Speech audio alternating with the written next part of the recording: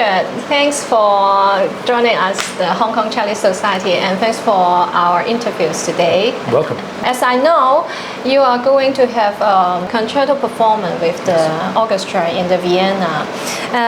Would you please share with us this experience? How is the rehearsal go, and how you feel for such a virtual practice with musicians far away from Europe? Well, it's a very interesting project. I don't think it has ever been done before. Often we perform concerts, in Hong Kong and stream them overseas, and vice versa. But never have we done one orchestra in Vienna and one soloist in Hong Kong at the same time. And trying to put it together at the same time live for an audience in Hong Kong, which is what's going to happen in 2 hours' time. So it's been very complicated to organize it and get all the details right. Very difficult challenge, but fingers crossed. I think it's going to be good. I think it's going to work out. You have the rehearsal today already? Yes, we had 2 rehearsals. One last night and one this afternoon. Anything you want to share? Well, yeah, it was all about that the sound technicians become extremely important, because if the sound which is coming out from the speakers on the stage is not quite loud enough, I can't hear the orchestra, and therefore I can't play. And so that was a huge problem to get that, because they can't be too loud, because then it interferes with the microphones, and all of this balance is very difficult to achieve, So I'm hoping it's going to work out. A little bit nervous, I have to say. Good luck. I'm very looking forward for this performance tonight. There's a almost 2 second delay in the sound which comes from Vienna. So they play, and then 2 seconds later it gets here. And so there's some technology to fix these 2 seconds. No, there's not. You can't escape from the speed of light. Yeah. It's I forget how many thousand kilometers. 8,000 is it, or something like that? 6,000. Thousands of kilometers, and the speed of light takes 1.7 milliseconds or something to get here. It's quite a lot, It actually makes a big difference when you play. Well, I really can't imagine what is going on on that project. Well, the hardest part is the end of the cadenzas, but where I play myself. I mean, when the orchestra's playing, I just play with the sound which comes out from the orchestra. So it's a little bit like karaoke. You're playing karaoke Haydn. But the problem is when they stop playing and I continue with my cadenza, they cannot hear me in Vienna. Because if they were to listen to me, I would be, 2 seconds in the wrong place. So that would be completely a disaster, right? So the conductor has to listen to my cadenza on an earphone, and then she has to estimate 1.7 seconds early to bring in the orchestra. That's a magic. It's really complicated. It's very risky and very difficult, but such a challenge for all the musicians in the world, I think, in the future. So I remember the time when I was studying with you in the APA, and we talk about music and have cello lessons all around in the school, in the backstage, and even in your home, enjoying your cooking. So that was the time that I felt that teaching music can always be on the classroom. So to you, what does it mean by teaching a cello student? Well, it's just the same really as being a teacher of any kind. I mean, it's a terrific responsibility, as I'm sure you know, because you're a teacher as well. And you just have to try and encourage people in whatever way that they need to be encouraged, or you think that they might be, benefit from. And it's not always, about fingerings and bowings and playing the cello.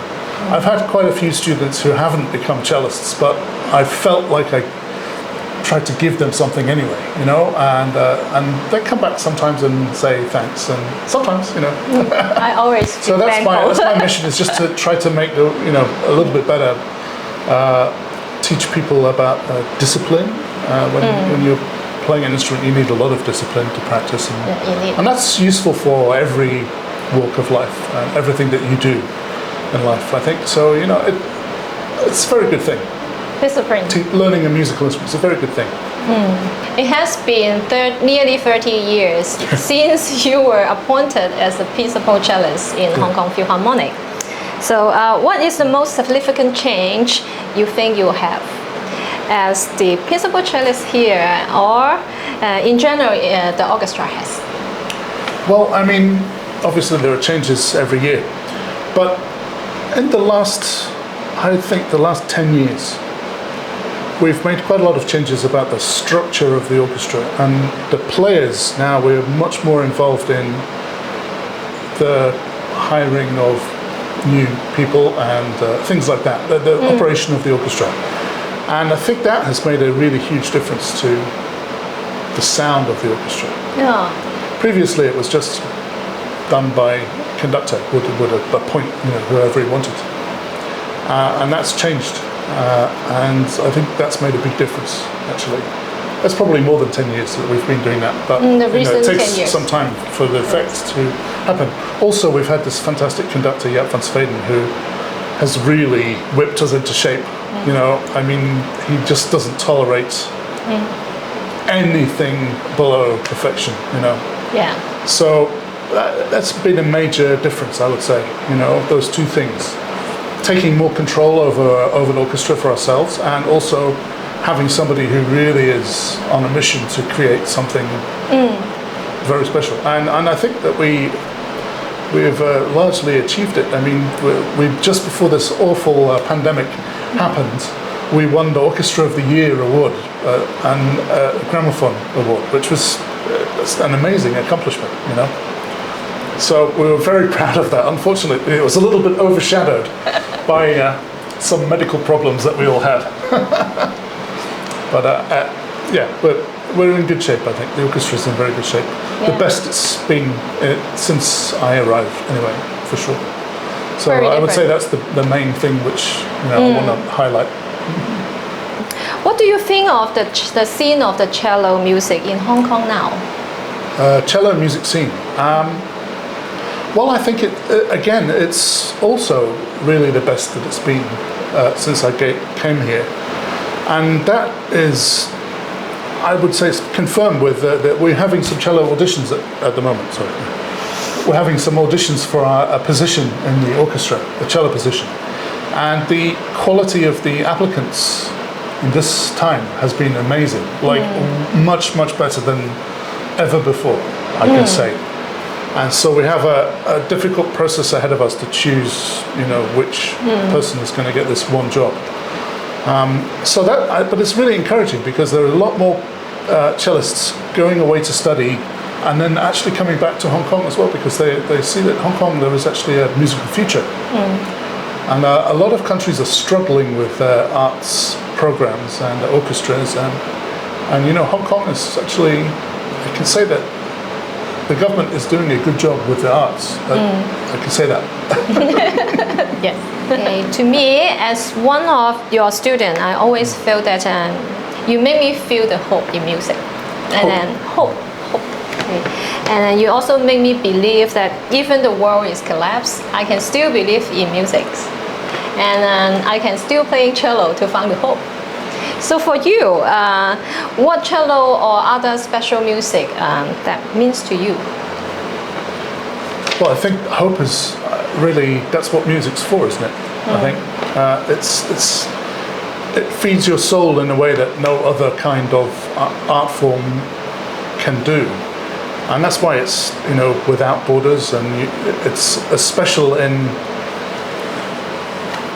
the mountains of the world, as it is in the coastal towns, and it doesn't matter about language or culture or tradition. People understand music universal, because it's a universal language. Yes. And so for me, I suppose the most important music for me is Bach, because that was the first music that I knew. The first cello music really that I knew. And I think the Bach cello suites, they defined what the cello can do. And all composers after him have had him in their hearts and in their minds. Of the passion Johann from him. Sebastian, yes. And so I have to say Bach is the most important person and music Means to you. for me, to me. Agree Yeah. no more. There's lots and lots of others as well, of course, but Yes. Bach, he's the one. So Hong Kong Cellist Society is for cello lover and players, and we still have some of our members maybe still in the beginning levels of cello playing. Okay. Is there anything you would like to share with this fascia?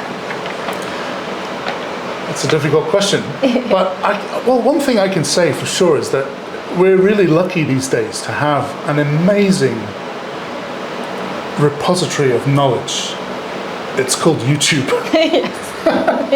It's absolutely amazing what you can find on YouTube.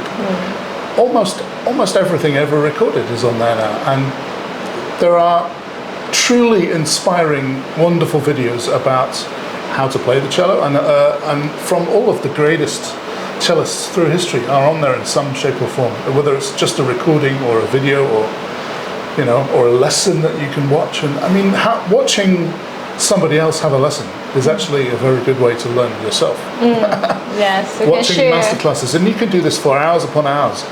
And I still do myself. I watch lots of these videos. I find it fascinating. Learning? Of course, yeah, of course. Wow. And it's fascinating and wonderful to do. So I think that's a resource that you don't need money to do this. It's pretty much free, isn't it? YouTube, and you can do it whenever you like. It's so unbelievably convenient and unbelievably powerful. I would say, that's a huge difference from when I was studying. In the old a days. Huge difference, in the old days. Yeah. Okay, thank you very much today for the time You're very welcome. and your sharing. Good to see you again.